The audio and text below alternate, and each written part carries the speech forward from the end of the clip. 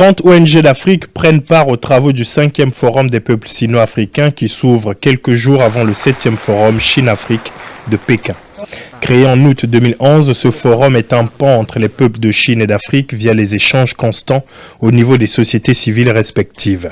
Les assises de Chengdu permettent de consolider le partenariat gagnant-gagnant, fait de sincérité et de pragmatisme entre les deux peuples, parce que plateforme qui mettra en synergie les projets et les visions pour de meilleures propositions aux dirigeants africains dans le cadre de la coopération sino-africaine. Prenant la parole, Clément Mwamba a salué la tenue des assises de Chengdu et a souligné les différents défis que devrait relever le partenariat Chine-Afrique. Je m'empresse de vous exprimer à ce stade les vœux de succès du président Denis Sassou Nguesso, grand ami de la Chine, comme son homologue chinois, son Excellence le président Xi Jinping, œuvre inlassablement au renforcement des relations sino-congolaises et partant sino-africaine. Nous devons ici redire notre attachement au Forum Chine-Afrique qui, par son pragmatisme, la sincérité et la solidarité de ses membres, guidés par l'esprit gagnant-gagnant, est en train de se créer un espace de plus en plus grand dans un monde en changement perpétuel, un monde qui a besoin d'outils neufs pour relever le nombreux et nombreux complexes défis des temps présents.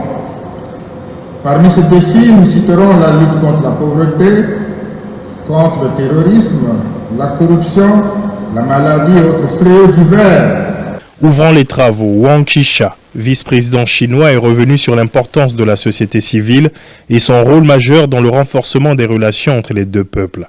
L'homme d'État chinois a insisté sur les relations basées sur la sincérité, le pragmatisme et la franchise pour une prospérité commune dans le respect mutuel et la sécurité. En marge de la cérémonie d'ouverture du 5e Forum des populations sino-africaines, le Premier ministre a eu un tête-à-tête avec le vice-président chinois. Nous avons fait le point de la coopération bilatérale entre le Congo et la Chine, coopération exemplaire, puisque la Chine poursuit une politique pragmatique,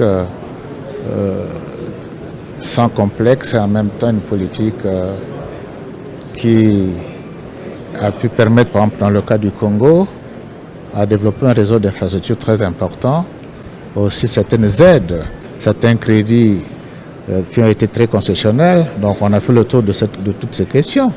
Et naturellement, nous avons abordé avec le vice-président chinois le fait que nous sommes en négociation avec le Fonds monétaire international. Et naturellement, on avait besoin de l'appui de la Chine, envers qui nous avons un endettement qui est connu. Là aussi, j'ai pu avoir du côté du président des avis nécessaires pour à la fois nous aider à trouver une solution par rapport à cette question et surtout toutes les dispositions qui pourraient être prises pour renforcer cette coopération au niveau bilatéral. L'amitié Chine-Afrique et Chine-Congo se porte bien. Les différentes parties s'engagent à la préserver, à la consolider et à la densifier. C'est avec Deng Xiaohuang, secrétaire adjoint du comité du parti, que le Premier ministre a clos sa journée.